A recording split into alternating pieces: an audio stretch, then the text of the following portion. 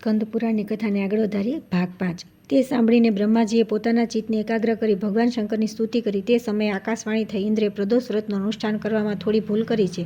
જે મૂર્ખ લોકો શિવ નિર્માલ્ય, અર્ધા શિવલિંગની છાયા તથા દેવ મંદિરને ઓળંગે છે તેઓ શિવના ગણોમાં મુખ્ય ચંડકેશ દ્વારા સજાને પાત્ર છે, એમાં જરા પણ શંકા નથી. તેથી લિંગ પૂજન કરીને પ્રદક્ષિણા અને નમસ્કાર કરવાથી અવશ્ય કલ્યાણ થાય છે. આવી ઉત્તમ ભાવના રાખીને ઉત્સાહપૂર્વક લિંગ પૂજા કરવી જોઈએ. કરેણ, આંકડો, બેઠી, ભોંયરીંગણ, ધતુરો, કમળ, ગરમાળો, સંદેશરો, મોલસરી, નાગકેસર, નીલકમલ, કદમ તથા વિવિધ પ્રકારના કમળ વગેરે ફૂલ ત્રણેય કાળમાં પવિત્ર માનવામાં આવે છે. ચમેલી, બેલા, સેવંતી, શ્યામ પુષ્પ, કુટજ, કર્ણિકાર, કુસુમ, લાલ કમળ આ ફૂલ ખાસ કરીને સાયંકાળમાં શિવપૂજન માટે શ્રેષ્ઠ માનવામાં આવ્યા છે. કમળના ફૂલને ત્રણેય કાળમાં પવિત્ર માનવામાં આવે છે. રાત્રિના સમયે માત્ર કુમુદના ફૂલ વધારે પવિત્ર માનવામાં આવે છે. આ પ્રમાણે પૂજાના પ્રકારોને જાણીને શિવલિંગની પૂજા કરવી જોઈએ. વિધિજ્ઞ પુરુષોએ શિવાલયમાં સદૈવ શાસ્ત્રીય વિધિનું પાલન કરવું જોઈએ. શિવલિંગ અને નંદિકેશ્વરની વચ્ચે તથા અર્ધાંતરની પરિક્રમા ન કરવી. જો કોઈ કરે તો પાપનો ભાગી થાય છે. આ ઇન્દ્રે રાજ સ્વભાવનો આશ્રય લઈને જેનો નિષેધ છે તેવી પરિક્રમા કરી છે, તેથી તેની પૂજા નિષ્ફળ થઈ ગઈ છે. અને એ જ કારણે છે કે આજે વૃત્તાસુર ઇન્દ્રને પોતાનો ગ્રાસ બનાવી લીધો છે. દેવતાઓ, હવે તમે લોકો મહારુદ્ર વિધાન અનુસાર શિવલિંગનું પૂજન કરો, જેથી ઇન્દ્ર તુરત છુટકારો મેળવી શકે. આકાશવાણીના કથનાનુસાર દેવતાઓએ ભગવાન શંકરની પૂજા અને દશાંશ હવન કર્યો. ત્યારે ભગવાન શિવજીની કૃપાથી ઇન્દ્ર વૃત્તાસુરનું પેટ ફાડીને બહાર આવ્યા. હાથી, વજ્ર, મુગટ અને કુંડળો સહિત પરમ શોભા સંપન્ન મહાતેજસ્વી ઇન્દ્રને જોઈને બધા દેવતાઓ, ગંધર્વો, અપ્સરાઓ, યક્ષ અને ઋષિમુનિ બહુ પ્રસન્ન થયા. દેવતાઓના વાજિંત્રો વાગી ઉઠ્યા. અનેક પ્રકારનો શંખધ્વનિ થવા લાગ્યો. ઇન્દ્રના સંકટમુક્ત થતાં જ બધા સ્વર્ગના નિવાસીઓમાં આનંદ ઉલ્લાસ છવાઈ ગયો. ઇન્દ્ર જ્યાં સંકટમુક્ત થયા હતા ત્યાં સચીદેવી પણ આવી પહોંચ્યા. મહર્ષિઓએ સચી સહિત ઇન્દ્રનો અભિષેક કર્યો તથા પુણ્યવાચન કર્યું. વિપ્રો, આ પ્રમાણે જ્યારે મહર્ષિઓએ ઇન્દ્રનો અભિષેક કર્યો ત્યારે સંપૂર્ણ પૃથ્વી પર મંગળ ઉત્સવો થવા લાગ્યા. ઇન્દ્રના વજ્ર દ્વારા ચીરી નાખવામાં આવેલું વૃત્તાસુરનું અત્યંત અદ્ભુત શરીર ત્યાં ઢળી પડીને મેરુ પર્વત જેવું શોભવા લાગ્યું. તે જ ભૂમિમાં બ્રહ્મત્યા છે, જ્યાં વૃત્તાસુરનું ભયાનક શરીર પડ્યું હતું. ગંગા અને યમુનાની વચ્ચે જે ભૂમિ છે, જેને અંતર્વેદી કહે છે, તેને પુણ્યભૂમિ કહે છે. તે લોકપાવન ભૂમિ સર્વત્ર પ્રસિદ્ધ છે. વૃત્તાસુરના વધથી ઉત્પન્ન થનારી બ્રહ્મત્યા જે દેશમાં પ્રવિષ્ટ થઈ તે દેશને પાપી કહેવામાં આવ્યો છે. તે મલભૂમિમાં જ વૃત્તાસુરનું મહાન મસ્તક પડ્યું હતું, જેને કાપતા ઇન્દ્રાદિ દેવતાઓને 6 મહિના લાગ્યા. આ પ્રમાણે વૃત્તાસુરનો વધ કરીને ઇન્દ્રે વિજય પ્રાપ્ત કર્યો અને તે સચીપતિ નિર્ભય થઈ ઇન્દ્રાસન પર બિરાજમાન થયા. ત્યાર પછી આવે છે બલિ દ્વારા દેવતાઓનો પરાજય. અદિત્યના વ્રત તપસ્યાથી સંતુષ્ટ થઈ ભગવાનનો વામન રૂપે અવતાર. બલિના પૂર્વજન્મનો પ્રસંગ તથા બલિ પર વામનજીની કૃપા. લોમેશજી કહે છે, ત્યારબાદ દૈત્યોએ પાતાલ નિવાસી રાજા બલિની પાસે આવી ઇન્દ્રની બધી હકીકત કહી સંભળાવી. તેમની વાત સાંભળીને ઉદાર બુદ્ધિના વિરોચન પુત્ર બલિએ શુક્રાચાર્યને પૂછ્યું, ભગવાન ઇન્દ્ર કઈ રીતે મારે આધીન થઈ શકે? શુક્રાચાર્ય કહ્યું કે દૈત્યરાજ, તમે વિશ્વજીત નામક યજ્ઞ કરો. યજ્ઞ વિના કાર્ય સિદ્ધ થશે નહીં. એ પ્રમાણે જ કરીશ, કહીને તેમની આજ્ઞા શિરોધાર્ય કરી દૈત્યરાજ બલિ યજ્ઞ કરવાનો નિશ્ચય કર્યો. બલિ બહુ ઉદાર હૃદયના હતા. તેમણે યજ્ઞના માટે જે પદાર્થો જરૂરી હતા તે બધા એકત્રિત કર્યા. મહામના શુક્રાચાર્ય તે યજ્ઞનો આરંભ કરાવ્યો. યજ્ઞની દીક્ષા લઈને બલિરાજે અગ્નિદેવને હવિષ્યથી તૃપ્ત કર્યા. વિધિપૂર્વક યજ્ઞકર્મ દ્વારા જ્યારે અગ્નિદેવને આહુતિ અપાઈ રહી હતી તે જ સમયે અગ્નિકુંડમાંથી એક અદ્ભુત રથ પ્રગટ થયો. તેમાં 4 ઘોડા જોતરેલા હતા. અનેક ધજાઓ ફરકી રહી હતી. તે મહાન તેજસ્વી રથ અનેક પ્રકારના અસ્ત્ર શસ્ત્રોથી સજ્જ હતો. રથ પ્રગટ થયા પછી શુક્રાચાર્યની આજ્ઞા લઈને બલિએ અવભૃત સ્નાન કર્યું. પછી રથની પૂજા કરીને બલિરાજા તેના પર આરૂઢ થયા અને દૈત્યોની સેનાને સાથે લઈ ઇન્દ્ર સાથે યુદ્ધ કરવા માટે તત્કાળ સ્વર્ગમાં જઈ પહોંચ્યા. અમરાવતીને દૈત્યો દ્વારા ઘેરાયેલી જોઈને તે શ્રેષ્ઠ દેવતાઓને ઘણી વાર સુધી પરસ્પર વિચાર કરી બૃહસ્પતિજીને કહ્યું, મહાભાગ, હવે અમે શું કરીએ? દૈત્યોના મુખ્ય વીરો યુદ્ધ માટે આવી પહોંચ્યા છે. તેમની વાત સાંભળીને બૃહસ્પતિએ કહ્યું કે દેવતાઓ, આ દૈત્યો હમણાં જ યજ્ઞ સમાપ્ત કરીને શુક્રાચાર્યની આજ્ઞા લઈને અહીં આવ્યા છે. તે બધા અત્યારે તપસ્યા અને પરાક્રમના કારણે અજેય છે. ગુરુની વાત સાંભળીને બધા દેવતાઓ લજ્જિત થઈ ગયા. ઇન્દ્રની બુદ્ધિ પણ ચાલતી નહોતી. તેઓ ગુરુની વાત સાંભળી લજ્જાયુક્ત અને ચિંતામગ્ન થઈ ગયા. બધા દેવતાઓ ભયભીત થઈને કશ્યપજીના આશ્રમ પર ગયા.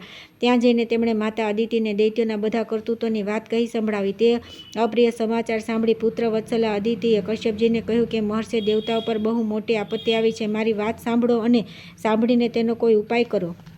પ્રજાપતિ દેવતા અમરાવતી છોડીને તમારા આશ્રમમાં આવ્યા છે. તમે તેની રક્ષા કરો. અદિતિની વાત સાંભળીને કશ્યપે કહ્યું કે ભામિની, આ સમયે અસુરોનો ક્ષય બહુ જ ભારે તપસ્યાથી થઈ શકે છે. દેવતાઓની કાર્યસિદ્ધિ બહુ જલ્દી થઈ શકતી નથી. મહાભાગે, હું તમારા મનોરથની સિદ્ધિ માટે એક વ્રત બતાવું છું. શુભે તે વ્રતને પ્રયત્નપૂર્વક શાસ્ત્રોક્ત વિધિ અનુસાર કરો. દેવી ભાદ્રપદ માસમાં દસમના દિવસે સંયમ નિયમમાં રહીને પવિત્રતાપૂર્વક ભગવાન વિષ્ણુની પ્રસન્નતા માટે એક ભોગતા વ્રત કરો. એક જ વખત ભોજન કરવું. સુંદરી ભગવત ભક્તોએ સંપૂર્ણ મનોવાંછિત વરદાનોના ઈશ્વર સાક્ષાત શ્રીહરિની પ્રાર્થના કરવી જોઈએ. પ્રાર્થનાનો મંત્ર આ પ્રમાણે છે: તવ ભક્તોમ સ્યહમ નાથ દશમ્યામી દ્રિનેત્રયમ વ્રતમ ચરામ્યહમ વિષ્ણુ અનુજ્ઞામ દાતુર મહર્ષિ. હે નાથ, હું તમારો ભક્ત છું અને દસમથી લઈને 3 દિવસ સુધી વ્રત કરવા ચાહું છું. વિષ્ણુ, એના માટે તમે આજ્ઞા આપો. આ મંત્રથી જગદીશ્વર શ્રીહરિની પ્રાર્થના કરવી જોઈએ. એકવાર ભોજન કરવું, તે એકવારનું ભોજન પણ કેળના પાંદડામાં લેવું જોઈએ. તે ભોજન મીઠા વિનાનું હોવું જોઈએ. વ્રત કરનારે એકાદશીએ ઉપવાસ કરવો અને રાત્રે જાગરણ કરવું. પછી 12ના દિવસે વિધિપૂર્વક બ્રાહ્મણોને સારી રીતે ભોજન કરાવી પરિવારના સભ્યો સાથે ભોજન કરવું. આ પ્રમાણે 12 મહિના સુધી દર મહિને આળસ છોડી આ વ્રતનું અનુષ્ઠાન કરવું. વર્ષના અંતમાં ફરી ભાદ્રપદ મહિનો આવે ત્યારે એકાદશીએ પોતાની શક્તિ મુજબ સોના કે ચાંદીની વિષ્ણુની પ્રતિમા બનાવી તેને કળશ પર સ્થાપિત કરવી. તે જ પ્રતિમામાં ભગવાન વિષ્ણુની પૂજા કરીને વ્રત કરનારે બધા દોષોની શાંતિ માટે શ્રવણ નક્ષત્ર યુક્ત પાપનાશીની 12ના દિવસે ઉપવાસ કરો. મહાભાગ્ય આ પ્રમાણે તમે આ કલ્યાણકારી વ્રતનું અનુષ્ઠાન કરો. પતિવ્રતા અદિતિએ દેવતાઓની કાર્યસિદ્ધિ માટે પૂર્ણ એકાગ્રતા સાથે કશ્યપજીએ બતાવેલા તે વ્રતનું પાલન કર્યું. 1 વર્ષ સુધી આ પ્રમાણે વ્રત કરવાથી ભગવાન શ્રીહરિ સંતુષ્ટ થઈ ગયા. બ્રાહ્મણો તે સમયે શ્રવણ નક્ષત્ર યુક્ત દ્વાદશી તિથિએ ભગવાનનું વામન રૂપે પ્રાગટ્ય થયું. તેઓ બ્રહ્મચારી બાળક રૂપે પરમ શોભાયમાન દેખાતા હતા. તેમને 2 ભુજાઓ હતી, કમળ જેવા ખીલેલા સુંદર 2 નેત્ર હતા. તેમના શ્રીઅંગની કાંતિ અળસીના ફૂલ જેવી શ્યામ હતી. તેમણે વનમાળા ધારણ કરી હતી. અદિતિ દેવી પૂજાની વચ્ચે જ ભગવાનના આ રૂપમાં દર્શન કરી આશ્ચર્યચકિત થઈ ગયા. તે સમયે તેમણે કશ્યપજી સાથે ભગવાનની આ પ્રમાણે સ્તુતિ કરી: જેઓ કારણના પણ કારણ છે, તે વિશ્વાત્મા, વિશ્વસ્રષ્ટા તથા અજન્મા શ્રીહરિને નમસ્કાર છે, નમસ્કાર છે. અનંતરૂપ શ્રીહરિને નમસ્કાર છે, નમસ્કાર છે. જેમનું પરમધામ અનંત છે તથા જેઓ સાક્ષાત પરમાત્મા સ્વરૂપ છે, તે ભગવાનને નમસ્કાર છે. હે સચ્ચિદાનંદમય પરમાત્મા દેવ, તમે પર અપર તથા જ્ઞાનવાન સર્વના આત્મા છો. તમને નમસ્કાર છે. પરાવર્તમાન કાર્ય કારણરૂપ તમારું સ્વરૂપ સર્વશ્રેષ્ઠ છે. તમારું જ્ઞાન કદી કુંઠિત થતું નથી. તમને વારંવાર નમસ્કાર છે. આ પ્રમાણે અદિતિ દ્વારા સ્તુતિ કરવાથી દેવતાઓના પાલક ભગવાન વિષ્ણુએ દેવમાતા અદિતિને કહ્યું કે દેવી, હું તમારી ઉત્કૃષ્ટ તપસ્યાથી સંતુષ્ટ થઈને આ જ શરીરથી દેવતાઓનું કાર્ય સિદ્ધ કરવા માટે પ્રગટ થયું છું. ભગવાનના વચન સાંભળીને અદિતિએ કહ્યું કે ભગવાન મહાબળવાન અસુરોએ દેવતાઓને પરાસ્ત કરી દીધા છે. હે જનાર્દન, હવે તમે બધા દેવતા તમારા શરણે આવ્યા છે. તમે તે શરણાગતોની રક્ષા કરો. સંતોના આશ્રય તથા વૈકુંઠધામના સ્વામી એકમાત્ર શ્રીહરિ અદિતિની વાત સાંભળી તથા દેવતાઓ અને રાજા બલિની બધી ચેષ્ટાઓ જાણીને મનમાં જ વિચાર કર્યો કે આજે મારે કયું કાર્ય કરવું જોઈએ જેથી દેવતાઓનો વિજય થાય અને મુખ્ય દૈત્યો હારી જાય. ત્યાં બલિ વગેરે અસુરોને એની જાણ ન હતી કે દેવતાઓ વિવિધ રૂપે ધારણ કરીને સ્વર્ગમાંથી નીકળીને કશ્યપજીના આશ્રમે ચાલ્યા ગયા છે. તે સમયે દૈત્યો અમરાપુરીના કિલ્લા પર ચઢી દેવરાજ ઇન્દ્રને તુરત જ મારી નાખવાની ઈચ્છાથી જેવો તેની અંદર પ્રવેશ કર્યો ત્યાં તો તેમને સંપૂર્ણ નગરની સૂની દેખાઈ. ત્યારે શુક્રાચાર્ય મહાભિષેકની વિધિથી અસુરોની વચ્ચે ઘેરાયેલા રાજા બલિને ઇન્દ્રના સિંહાસન પર અભિષિક્ત કરી દીધા. આ પ્રમાણે સ્વર્ગના રાજ્ય પર પ્રતિષ્ઠિત થયેલા વિરોચન કુમાર બલિ ત્યાંની ઉત્તમ વિભૂતિઓ દ્વારા ઇન્દ્રથી પણ વિશેષ શોભવા લાગ્યા. ઋષિઓ, અપ્સરાઓ, ગંધર્વ, કિન્નર, નાગ તથા અસુર સમુદાય ઇન્દ્રની જેમ તેમની સેવા કરવા લાગ્યા. સંપૂર્ણ પ્રાણીઓમાં દાનની દ્રષ્ટિથી બલિરાજ સર્વથી ઉત્તમ દાતા છે. યાચકો જે પદાર્થોને પ્રાપ્ત કરવાની કામના કરતા દાનવરાજ બલિ બધા યાચકોને તે વસ્તુ પ્રદાન કરતા હતા. સોનકજીએ પૂછ્યું કે મહાભાગ સૂતજી, દેવરાજ ઇન્દ્ર તો સ્વર્ગમાં રહીને કદી દાન આપતા નથી. બલિરાજા દાતા કઈ રીતે થાય? આ રહસ્યને મને યથાર્થ રૂપે કહો. લોમેશજી બોલ્યા કે બ્રાહ્મણો ઇન્દ્ર પૂર્વજન્મમાં યાજ્ઞિક હતા. તેમણે 100 અશ્વમેઘ યજ્ઞનું અનુષ્ઠાન કરી સ્વર્ગનું રાજ્ય પ્રાપ્ત કર્યું છે. હવે તેઓ માત્ર ભોગકામી રહી ગયા છે. અભિષ્ટ ફળ પ્રાપ્ત કર્યા પછી ઇન્દ્રમાં કૃપણતા આવી ગઈ છે. આજે જે ઇન્દ્ર છે ત્યારે ક્યારેક કીડો પણ થઈ શકે છે તથા પહેલાનો કીડો ઇન્દ્ર રૂપે ઉત્પન્ન થઈ જાય છે. આ વિષયમાં દાનથી મોટું બીજું કોઈ સાધન નથી. દાનથી જ્ઞાન પ્રાપ્ત થાય છે અને જ્ઞાનથી મોક્ષ, એમાં સંશય નથી. હવે વિરોચન પુત્ર બલિએ પૂર્વજન્મમાં જે કંઈ કર્યું હતું એ તમે સાંભળો. પ્રાચીન કાળમાં દેવતા અને બ્રાહ્મણોની નિંદા કરનારો એક મહાપાપી જુગારી હતો. એકવાર તે કપટથી જુગારમાં ઘણું ધન જીત્યો. પછી પોતાના હાથે પાનનું બીડું બનાવીને તથા ગંધ અને માળા વગેરે પદાર્થો ભેગા કરીને એક વેશ્યાને ભેટ આપવા માટે તેના ઘર તરફ દોડ્યો. રસ્તામાં તેના પગ લથડાયા અને તે જમીન પર પડી ગયો. પડી જવાથી ક્ષણવાર તેને મૂર્છા આવી ગઈ. જ્યારે મૂર્છા વળી ત્યારે પૂર્વજન્મના કોઈ પુણ્યના પ્રભાવથી તેના મનમાં સદબુદ્ધિ જાગી. જુગારી દુઃખી થઈને ખેદ અને વૈરાગ્યને પ્રાપ્ત થયો. મૂર્ખ અને જુગારી હોવા છતાં તેણે જમીન પર પડેલા ગંધ, પુષ્પ વગેરે શ્રેષ્ઠ સામગ્રીને ભગવાન શિવને અર્પણ કરી દીધા. તેના જીવનમાં માત્ર એટલું જ પુણ્ય કાર્ય તેના દ્વારા થયું હતું. મૃત્યુ પછી યમરાજાના દૂતો તેને યમરાજા પાસે લઈ ગયા. ત્યારે તે પાપીને યમરાજાએ કહ્યું કે અરે મુખ, તું તારા પાપોને કારણે નરકોની મહાન યાતનાઓ ભોગવવાને લાયક છે. તેણે કહ્યું કે યમરાજ, જો મારું કોઈ પુણ્ય હોય તો તેને પણ ધ્યાનમાં લેજો. ત્યારે ચિત્રગુપ્તે કહ્યું કે તે મૃત્યુ પહેલા પૃથ્વી પર પડેલા ગંધ, પુષ્પ વગેરે ભગવાન શંકરને અર્પણ સમર્પણ કર્યા છે તે સત્કર્મના ફળ સ્વરૂપે તને 3 ઘડીના માટે ઇન્દ્રનું પ્રસિદ્ધ પદ પ્રાપ્ત થશે. ચિત્રગુપ્તની વાત સાંભળી જુગારીએ કહ્યું કે હું સર્વપ્રથમ મારું શુભ કર્મ ભોગવીશ. તેના આ પ્રમાણે કહેવાથી ઉદાર બુદ્ધિના બૃહસ્પતિજી બધા દેવતાઓની સાથે ત્યાં આવી પહોંચ્યા અને તે જુગારીને ઐરાવત હાથી પર બેસાડી ઇન્દ્રભવન પર લઈ ગયા. ત્યાં બૃહસ્પતિ ઇન્દ્રને સમજાવ્યા, પુરંદર, તમે મારી આજ્ઞાથી આ જુગારીને 3 ઘડી માટે તમારા સિંહાસન પર બેસાડો. ગુરુની વાત માની ઇન્દ્ર ઉદાસીન ભાવે રાજ્ય છોડી અન્યત્ર ચાલ્યા ગયા. ત્યાર પછી જુગારીને દેવરાજના ભવનમાં પહોંચાડવામાં આવ્યો. ત્યારે જુગારી ત્યાં દાન આપવાનો આરંભ કર્યો. મહાદેવજીના તે ભક્ત ઐરાવત હાથી અગત્યને આપી દીધો. તે બહુ ઉદાર બુદ્ધિનો હતો. તેણે ઉચ્ચશ્રવા નામનો ઘોડો વિશ્વામિત્રને આપી દીધો. તેને મહાન યશ ફેલાઈ ગયો. તેણે કામધેનુ ગાય મહર્ષિ વશિષ્ઠને આપી દીધી અને ચિંતામણી નામનું રત્ન ગાલવ મુનિને સમર્પિત કરી દીધું. તે મહાતેજસ્વી દાતાએ કલ્પવૃક્ષ ઉઠાવીને કૌંડિન્ય મુનિને આપી દીધું. જુગારી હોવા છતાં તે મહાભાગ્યશાળી હતો. તેણે ભગવાન શંકરની પ્રસન્નતા માટે અનેક પ્રકારના કિંમતી રત્નો ઋષિમુનિઓને સહર્ષ દાન કરી દીધા. જ્યાં સુધી 3 ઘડી પૂરી ન થઈ ત્યાં સુધી તે દાન આપતો જ રહ્યો. 3 ઘડી પછી તે સ્વર્ગમાંથી ચાલ્યો ગયો. ઇન્દ્ર અમરાવતીના સિંહાસન પર બેસીને બૃહસ્પતિને કહેવા લાગ્યો, ગુરુદેવ, ઐરાવત હાથી દેખાતો નથી, ઉચ્ચશ્રવા ઘોડો પણ દેખાતો નથી, પારિજાત વગેરે બધા પદાર્થો કોઈ ચોરી ગયું છે. ત્યારે બૃહસ્પતિ બોલ્યા કે જુગારી અહીં આવીને મહાન કર્મ કર્યું છે. જ્યાં સુધી તેની સત્તા હતી તે દરમિયાન તેણે આજે ઐરાવત હાથી સહિત બધી વસ્તુઓ ઋષિઓને દાનમાં આપી દીધી છે. બહુ મોટી સત્તા આવ્યા પછી જેઓ સ્વાધીન હોય છે અને પ્રમાદમાં પડ્યા વિના સદા ભગવાન શિવના ધ્યાનમાં તત્પર રહે છે તે જ ભગવાન શંકરના પ્રિય ભક્ત છે. તેઓ કર્મફળનો પરિત્યાગ કરીને માત્ર જ્ઞાનનો આશ્રય લઈને પરમપદને પ્રાપ્ત થાય છે. બૃહસ્પતિના વચન સાંભળી ઇન્દ્રે પૂછ્યું કે આચાર્ય, હવે મારે શું કર્તવ્ય છે એ તુરંત બતાવવાની કૃપા કરો. બૃહસ્પતિજીએ કહ્યું કે ઇન્દ્ર, પોતાની સમૃદ્ધિ માટે આ બધી વાતો પ્રાય યમરાજને કહેવી જોઈએ. સારું, એમ કહીને દેવરાજ ઇન્દ્ર ગુરુ બૃહસ્પતિની સાથે ત્યાં ચાલી નીકળ્યા. પોતાનું કાર્ય સિદ્ધ કરવાની ઈચ્છાથી જ્યારે ઇન્દ્ર સંયમની પુરીમાં પહોંચ્યા ત્યારે યમરાજે તેમનો બહુ સત્કાર કર્યો. તે સમયે ઇન્દ્રે કહ્યું, ધર્મરાજ, તમે મારું પદ એક જુગારીને આપી દીધું, પરંતુ તેણે ત્યાં આવીને ઘણું ખરાબ કામ કર્યું. તમે સાચું માનો, તેણે મારા બધા રત્નો ઋષિઓને દાન કરી દીધા. તમે બધું જ જાણો છો, છતાં એક જુગારીને મારું સ્થાન કઈ રીતે આપી દીધું? ત્યારે ધર્મરાજે ઇન્દ્રને આ પ્રમાણે કહ્યું, તમે મોટા મોટા દેવેશ્વરોના રાજા છો, વૃદ્ધ થઈ ગયા છો, છતાં હજી સુધી તમારી રાજ્યમાંથી આસક્તિ દૂર થઈ નથી. માત્ર 100 યજ્ઞનું અનુષ્ઠાન કરીને 1 જન્મનું કમાયેલું ફળ તમે અહીં પ્રાપ્ત કર્યું, પરંતુ જુગારીએ તમારા કરતાં મહાન પુણ્ય કમાઈ લીધું. હવે ધન આપીને કે ચરણોમાં માથું ઝુકાવીને, ખાસ કરીને અગત્ય વગેરે બધા મુનિઓની પ્રાર્થના કરીને તમારે તમારા ઐરાવત વગેરે રત્નો પ્રાપ્ત કરવા જોઈએ. બહુ સારું કહીને ઇન્દ્ર અમરાવતીમાં ચાલ્યા ગયા. ત્યાં જઈને ઇન્દ્રે ઘણું ધન આપીને ઋષિઓ પાસેથી પોતાની વસ્તુઓ પાછી મેળવી. આ પ્રમાણે પોતાના રત્નો પ્રાપ્ત કરી મહાતેજસ્વી ઇન્દ્ર સચીની સાથે પોતાની પુરીમાં ગયા. યમરાજે જુગારીને ફરી જન્મ આપ્યો. તે પોતાના કોઈ કર્મફળથી વિરોચનનો પુત્ર થયો. તે સમયે તેની માતાનું નામ સુરુચિ હતું. સુરુચિ વિરોચનની પત્ની હતી. તેના પિતાનું નામ વૃષપર્વા હતું. તે ઉદાર મનનો જુગારી જ્યારે સુરુચિના ગર્ભમાં આવ્યો ત્યારથી પ્રહલાદ કુમાર વિરોચન તથા સુરુચિનું મન ધર્મ અને દાનમાં વધારે પ્રવૃત્ત થયું.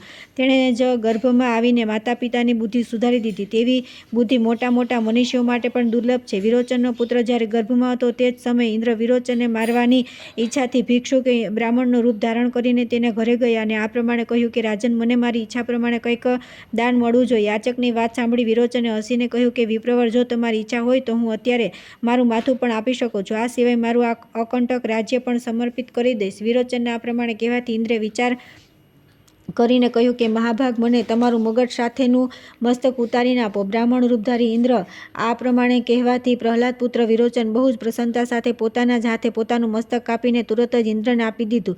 આર્ત પ્રાણીઓને પોતાની શક્તિ અનુસાર જે કંઈ આપવામાં આવે છે તે દાન મહાન પુણ્યદાયી થાય છે. તેનું ફળ અક્ષય છે. 3 લોકમાં દાનથી વધીને બીજી કોઈ વસ્તુ નથી. વિરોચનનું તે દાન સ્વર્ગ, પૃથ્વી અને પાતાળ આ 3 લોકમાં પ્રસિદ્ધ થઈ ગયું. પૂર્વજન્મ જુગારી વિરોચનનો મહાતેજસ્વી પુત્ર થયો. પિતાના મૃત્યુ પછી જ્યારે તેનો જન્મ થયો ત્યારે તેની પતિવ્રતા માતાએ પોતાનું શરીર ત્યાગી દીધું અને તત્કાળ પતિલોકમાં ચાલી ગઈ. શુક્રાચાર્ય જ પુત્રને પોતાના સિંહાસન પર અભિષિક્ત કર્યા. તે જ યશસ્વી કુમાર સંસારમાં બલિના નામે પ્રખ્યાત થયા. હું આ વાત પહેલાં જ કહી ચૂક્યો છું કે રાજા બલિથી ત્રસ્ત થઈને બધા જ મહાબલી દેવતાઓ કશ્યપજીના શુભ આશ્રમ પર ચાલ્યા ગયા હતા. દેવપુરીમાં મહાયશસ્વી બલિ જ્યારે ઇન્દ્રના પદ પર પ્રતિષ્ઠિત થયા ત્યારે તેઓ પોતાની તપસ્યાથી સ્વયં સૂર્ય બનીને તપવા લાગ્યા. સ્વયં જ ઇન્દ્ર, અગ્નિ અને વાયુનું કાર્ય કરવા લાગ્યા. મહાત્મા બલિ ધર્મરાજની અવેજીમાં ધર્મલોકનું સંચાલન કરવા લાગ્યા. તેઓ પોતે જ ઈશાન થઈને ઈશાન કોણમાં બિરાજમાન થયા. તેઓ નૈઋત્ય કોણ અને પશ્ચિમમાં ક્રમશઃ નિરુતિ તથા વરુણ થયા. રાજા બલિ જ ઉત્તર દિશામાં ધનાશ્ચક કુબેર બનીને રહેવા લાગ્યા. આ પ્રમાણે તેઓ એકલા 3 લોકનું પાલન કરતા હતા. પૂર્વજન્મના જુગારીના રૂપમાં તેમણે ભગવાન શંકરનું પૂજન કર્યું હતું. તે પૂર્વના અભ્યાસથી બલિ આ જન્મમાં પણ શિવ પૂજક હતા અને મોટા મોટા દાન આપતા હતા. એક દિવસ બલિરાજા પોતાના ગુરુ શુક્રાચાર્ય અને દૈત્યોની સાથે પોતાની સભામાં બેઠા હતા. તે વખતે તેમણે દૈત્યોને સંબોધિત કરવા કરતાં કહ્યું કે બધા અસુરો પાતાળ છોડી અહીં મારી પાસે નિવાસ કરે, આમાં વિલંબ થવો ન જોઈએ. આ સાંભળીને શુક્રાચાર્ય હસી પડ્યા અને બલિને સમજાવતા આ પ્રમાણે બોલ્યા કે હે સુવ્રત, જો તમે અહીં આવીને નિવાસ કરવા ચાહતા હો તો અશ્વમેઘ યજ્ઞો દ્વારા અગ્નિદેવની આરાધના કરવી જોઈએ, તે પણ અહીં નહીં, કર્મભૂમિ ભારતવર્ષમાં ઉપસ્થિત રહીને કરો. આ કાર્યમાં તમારે વિલંબ ન કરવો જોઈએ. સારું, એવું જ કરીશ. આમ કરીને મનસ્વી મહાત્મા બલિ તત્કાળ સ્વર્ગલોકને છોડીને દૈત્યો તથા શુક્રાચાર્યજીની સાથે ભૂલોકમાં આવ્યા. તેમણે સેવકોને પણ સાથે લઈ લીધા. નર્મદા નદીના તટ પર ભૃગુચ્છ નામે પ્રસિદ્ધ જે મહાન તીર્થ છે ત્યાં પહોંચીને દૈત્યરાજ સંપૂર્ણ પૃથ્વીને જીતીને પોતાના અધિકારમાં કરી લીધી. ત્યાર પછી ગુરુની આજ્ઞા લઈને અનેક અશ્વમેઘ યજ્ઞો દ્વારા તેમણે બહુ જ ભક્તિ સાથે ભગવાનની આરાધના કરી. વિરોચન પુત્ર બલિ સત્યવાદીઓમાં શ્રેષ્ઠ હતા. તેમણે બ્રહ્મા અને આચાર્યની વરણી કરીને 16 ઋત્વિજોની પણ વરણી કરી. પછી મહાત્મા શુક્રે સારી રીતે પરીક્ષા લઈને બલિને દીક્ષા આપી અને તેમની પાસે 99 યજ્ઞોનું અનુષ્ઠાન કરાવ્યું. ત્યાર પછી બલિએ છેલ્લો અશ્વમેઘ યજ્ઞ પૂરો કરવાનો વિચાર કર્યો. જ્યાં સુધી તેમના 100 યજ્ઞ પૂરા થાય તે પહેલાં હું પૂર્વોક્ત પ્રસંગ જણાવી દેવા ચાહું છું. પહેલાં કહેવામાં આવી ચૂક્યું છે કે અદિતિ દેવીએ ઉત્તમ વ્રતનું અનુષ્ઠાન કર્યું અને તે વ્રતથી સંતુષ્ટ થઈ ભગવાન શ્રીહરિ વામન બ્રહ્મચારી રૂપે પુત્ર થઈને પ્રગટ થયા. પરમેષ્ઠી બ્રહ્માએ આવીને તેમને યજ્ઞોપવિત આપ્યું. મહાત્મા ચંદ્રમાએ દંડ આપ્યો. પરમ અદ્ભુત મૃગચર્મ અને મેખલા મંગાવવામાં આવ્યા. પૃથ્વી દેવીએ તેમને ચરણ પાદુકા ભેટ આપી. આ પ્રમાણે બીજા લોકોએ પણ વર્તરૂપ ભગવાન વિષ્ણુને અન્ય જરૂરી વસ્તુઓ અર્પણ કરી. ત્યાર પછી કશ્યપ અને અદિતિને પ્રણામ કરીને મહાતેજસ્વી વામનજી યજમાન બલિની યજ્ઞશાળામાં ગયા. તે સમયે સુરેશ્વરો તે વેદાંત વેદ્ય શ્રી વિષ્ણુની મહિમાનું ગાન કરી રહ્યા હતા. અનેક પ્રકારના રૂપ અને વેશ ધારણ કરનારા ભગવાને તે યજ્ઞમાં જઈને સામવેદની ઋચાઓનું વિધિપૂર્વક ગાન કર્યું. સામગાન પછી તેઓ આ પ્રમાણે બોલ્યા: રાજન, દૈત્ય રાજ હિરણ્યકશ્યપુના પુત્ર પ્રહલાદજી થયા, જે બહુ તેજસ્વી, જીતેન્દ્રિય તથા વિષ્ણુ ભક્ત છે. જેમણે દૈત્યરાજની સભામાં અતિશય તેજસ્વી ભગવાન નરસિંહને પ્રગટ કર્યા હતા. મહાભાગ, તે પ્રહલાદજીના પુત્ર તમારા પિતાશ્રી હતા, જે સંસારમાં વિરોચનના નામે પ્રસિદ્ધ થયા. તે મહાત્માએ સ્વયં પોતાના હાથે પોતાનું મસ્તક ઉતારીને દાન કરીને ઇન્દ્રને સંતુષ્ટ કર્યા હતા. રાજન, તમે જે મહાત્મા વિરોચનના પુત્ર છો, તમે બહુ ઉત્તમ યશનો વિસ્તાર કર્યો છે. તમારા યશરૂપી મહાન દીપકની જ્યોતિમાં બધા દેવતાઓ પતંગિયાની જેમ દગ્ધ થઈ ગયા છે. તમે ઇન્દ્રને પણ જીતી લીધો છે, એમાં શંકા નથી. સુવ્રત, હું તમારા બધા ચરિત્ર સાંભળી ચૂક્યો છું. તમે મોટા મનસ્વી છો અને ત્રણેય લોકોમાં વધારેમાં વધારે દાન કરનારા દાતા તરીકે તમારી ખ્યાતિ છે. તેમ છતાં મારા માટે તમારા 3 પગ પૃથ્વી આપવી જોઈએ. ત્યારે વિરોચન કુમાર બલિએ હસીને કહ્યું કે મહાભાગ, હું પર્વત, મોટા મોટા જંગલ તથા સંપૂર્ણ દ્વીપો સહિત સંપૂર્ણ પૃથ્વી તમને આપીશ. તમે મારી આપેલી આ ભૂમિને ગ્રહણ કરો. વામનજીએ કહ્યું કે દૈત્યરાજ, હું સ્વયં ચાલું ત્યારે મારા 3 પગોથી જેટલી પૃથ્વી મપાય તેટલી જ મને દાનમાં આપો. બ્રહ્મચારીની વાત સાંભળીને બલિએ હસીને કહ્યું કે બહુ સારું, લઈ લ્યો. એમ કહીને બલિએ કશ્યપ કુમાર વામનજીનું સારી રીતે પૂજન કર્યું. તે સમયે મોટા મોટા મુનીશ્વરો મહાતેજસ્વી બલિના સૌભાગ્યના વખાણ કરતા હતા. વામનજીનું પૂજન કરીને જ્યારે બલિ તેમને દાન આપવા તૈયાર થયા ત્યારે શુક્રાચાર્યએ તેમને રોકી લીધા અને કહ્યું કે દૈત્યરાજ, બ્રહ્મચારીના રૂપમાં સાક્ષાત વિષ્ણુ છે. આમને તમે દાન આપશો નહીં. આ તો ઇન્દ્રનું કાર્ય કરવા માટે અહીં આવ્યા છે અને તુરત તમારા યજ્ઞમાં વિઘ્ન નાખી રહ્યા છે. તેથી અધ્યાત્મ તત્વનો પ્રકાશ કરનારા વિષ્ણુ તમારા દ્વારા અત્યારે પૂજા પામવાને યોગ્ય નથી.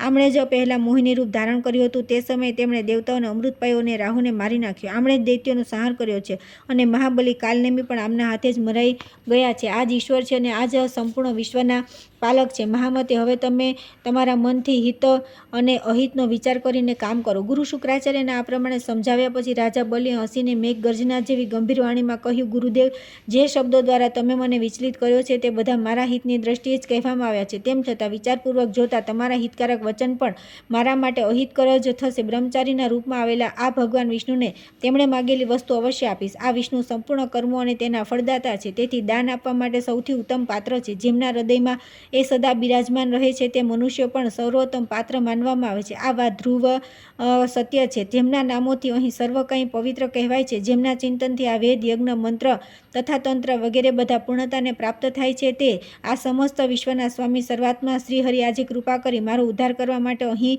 પધાર્યા છે. આ વાતને તમે યથાર્થ માનો, એમાં સંશય નથી. રાજા બલિની આ વાત સાંભળીને શુક્રાચાર્ય ક્રોધિત થઈ ગયા. તેમણે ધર્મવત્સલ દૈત્યરાજને રોષપૂર્વક શાપ દેવાનો આરંભ કર્યો. તેઓ બોલ્યા કે અરે મૂર્ખ, તું મારી આજ્ઞાનું ઉલ્લંઘન કરીને દાન આપવા માંગે છે, તેથી તું રાજ્યલક્ષ્મીથી વંચિત થઈ જા. અપાર જ્ઞાની એવા પોતાના શિષ્યને આ પ્રમાણે શાપ આપીને શુક્રાચાર્ય પોતાના આશ્રમ પર ચાલ્યા જવાનો નિશ્ચય કર્યો. જ્યારે તેઓ ચાલ્યા ગયા ત્યારે બલિએ વામનજીની પૂજા કરી તેમને ભૂમિદાન આપવા તૈયાર થયા. દૈત્યરાજની પતિવ્રતા પત્ની મહારાણી વિંધ્યાવલી ત્યાં આવી પતિદેવના અર્ધાંગ રૂપમાં શોભવા લાગી.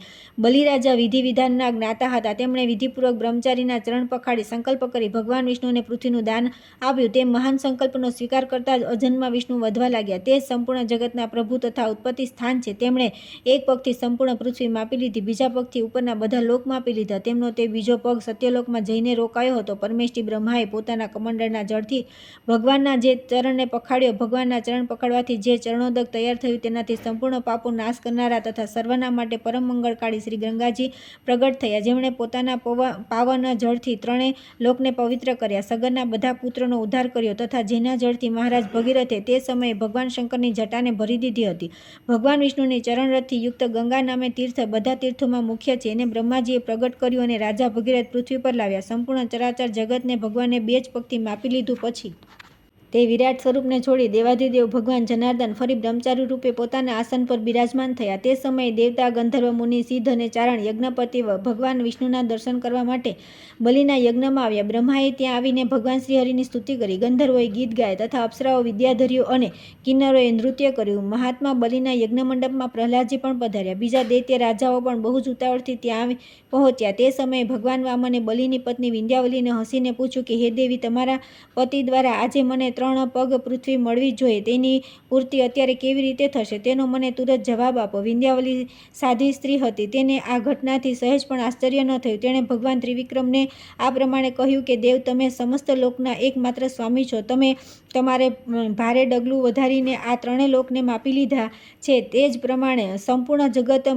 તમારાથી વ્યાપ્ત છે. સંસારના એકમાત્ર સુયત તમે છો. તમારી તુલના થઈ શકે એમ નથી. ખરેખર અમારા જેવા લોકો તમને શું આપી શકીએ? તેથી આ સમયે હું જે નિવેદન કરું છું તે પ્રમાણે કાર્ય કરો. મારા સ્વામીએ તમને 3 પગ ભૂમિ આપવાની પ્રતિજ્ઞા કરી છે. તે પ્રમાણે મારા પતિદેવ 3 પગ માટે સ્થાન આ પ્રમાણે આપી રહ્યા છે. પ્રભો દેવેશ્વર, તમે તમારો પહેલો પગ મારા મસ્તક પર મૂકો. જગતપતિ બીજો પગ મારા બાળકના મસ્તક પર સ્થાપિત કરો તથા જગન્નાથ પોતાનો ત્રીજો પગ મારા પતિના મસ્તક પર મૂકી દો. હે કેશવ, આ પ્રમાણે 3 પગ હું તમને આપીશ. વિંધ્યાવલીની આ વાત સાંભળી ભગવાન વિષ્ણુ બહુ પ્રસન્ન થયા અને બલિરાજાને મધુર વાણીમાં કહ્યું કે તાત, હું તમારા પર બહુ પ્રસન્ન થયો છું. જણાવો, હું તમારું કયું કાર્ય કરું? મહામતે, તમામ દાતાઓમાં તમે શ્રેષ્ઠ દાતા છો. તમારું કલ્યાણ થાવ. તમે ઈચ્છા હોય તે વરદાન માગો. હું તમારી સંપૂર્ણ કામનાઓ પૂર્ણ કરી દઉં છું. ભગવાન વામને આમ કહીને વિરોચન કુમાર બલિને બંધનથી મુક્ત કરી દીધા અને તેમને છાતીએ લગાવી લીધા. ત્યારે વાતચીત કરવામાં ચતુર રાજા બલિ આ પ્રમાણે બોલ્યા કે પ્રભો, તમે જે આ સંપૂર્ણ ચરાચર જગતને ઉત્પન્ન કર્યું છે તેથી તમારા ચરણાવિંદ સિવાય બીજી કોઈ વસ્તુ હું ઈચ્છતો નથી. હે દેવ જનાર્દન, તમારા ચરણ કમળોમાં મારી અખંડ ભક્તિ રહો. દેવેશ્વર, તે સનાતન ભક્તિ વારંવાર વધતી રહે. બલિએ આ પ્રમાણે પ્રાર્થના કર્યા પછી ભૂત ભવન ભગવાન વામને અત્યંત પ્રસન્ન થઈને કહ્યું કે રાજન, તમે તમારા બંધુ બાંધવ અને સંબંધીઓ સાથે સૂતલ લોકમાં ચાલ્યા જાઓ.